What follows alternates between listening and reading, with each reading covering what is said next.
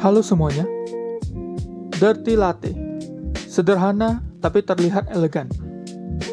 Campuran antara susu dingin dan espresso panas. Dua hal yang bertemu tanpa benar-benar menyatu. Biasanya kita menikmatinya di kafe. Rasanya lembut, manis, dan punya tekstur khas yang sulit dijelaskan. Tapi ada alasan di balik itu semua. Kafe biasanya tidak menggunakan susu biasa. Mereka memakai susu segar berkualitas tinggi, dengan keseimbangan lemak dan protein yang ideal, untuk menghasilkan rasa lembut dan tekstur yang halus. Selain itu, beberapa kafe juga menggunakan susu yang telah melalui teknik khusus bernama freeze distillation, sebuah metode yang dipopulerkan oleh Morgan Eckroth, di mana sebagian air pada susu dihilangkan melalui proses pembekuan. Hasilnya adalah susu dengan rasa yang lebih manis, tekstur yang lebih pekat, dan karakter yang terasa mewah tanpa tambahan gula. Teknik ini sulit dilakukan di rumah karena membutuhkan pengendalian suhu yang stabil dan waktu yang cukup lama untuk mendapatkan hasil yang konsisten. Inilah salah satu alasan mengapa Dirty Latte di kafe terasa begitu halus dan kompleks, dan mengapa harganya cenderung lebih tinggi. Bukan semata karena kopinya, tapi karena perhatian pada setiap detail dari jenis susu, suhu, hingga teknik penyajiannya. Namun bukan berarti kita tidak bisa membuatnya sendiri di rumah. Versinya akan berbeda, tentu saja. Tapi bukan berarti rasanya harus kalah menarik. Kita mulai dari yang paling sederhana dan terjangkau, susu UHT. Susu ini mudah ditemukan, tahan lama dan tidak perlu perlakuan khusus. Dinginkan terlebih dahulu susu UHT, tuangkan ke dalam gelas yang sudah dingin, lalu tuangkan espresso panas secara perlahan agar lapisannya tetap terpisah.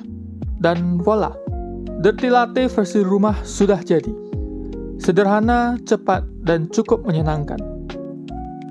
Tapi muncul pertanyaan, bisakah kita membuat versi yang lebih baik? Jawabannya bisa. Karena dalam satu gelas Dirty Latte, susu menempati sekitar 4/5 dari isinya. Artinya, perubahan kecil pada susu bisa memberikan dampak besar pada rasa akhirnya. Saya mencoba 3 jenis susu.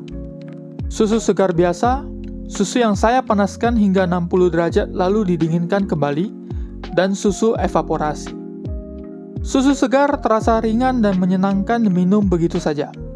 Tapi ketika dipadukan dengan kopi, rasanya menjadi terlalu tipis. Kelembutan susunya tidak cukup untuk menyeimbangkan rasa pahit dan asam dari espresso. Lapisan kopinya pun tidak bertahan lama di atas, langsung bercampur dengan susu di bawahnya. Susu yang dipanaskan menghasilkan sesuatu yang berbeda. Lebih manis, lebih padat, dan mampu memeluk kopi dengan lebih baik. Rasa akhirnya manis dengan sedikit keasaman yang segar. Lapisan kopinya juga bertahan lebih lama, menciptakan pola dirty yang cantik perlahan turun dari atas. Dan yang terakhir, susu evaporasi. Jika diminum sendiri, rasanya terlalu manis.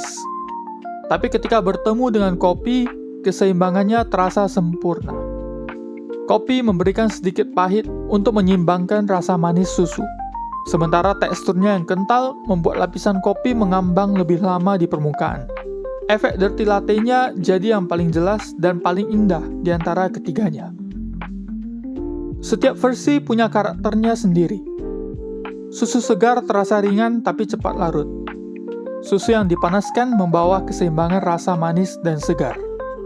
Dan susu evaporasi menghadirkan versi paling kaya dan lembut, yang paling mendekati sensasi Dirty Latte di kafe. Kita mungkin tidak bisa meniru seluruh proses kafe, tapi dengan sedikit eksperimen, kita bisa menemukan rasa yang paling cocok dengan lidah kita sendiri. Mungkin itulah keindahan membuat kopi di rumah. Selalu ada ruang untuk mencoba, dan menikmati setiap perbedaan kecil dalam setiap seduhan. Tuliskan di kolom komentar apakah kalian pernah mencoba Dirty Latte di kafe? Atau apakah kalian pernah membuat Dirty Latte di rumah? Apa bahan yang kalian gunakan? Tuliskan di kolom komentar di bawah. Saya ingin mengucapkan terima kasih bagi yang sudah menonton sampai sejauh ini. Semoga hari kalian menyenangkan dan kita bertemu lagi di video berikutnya.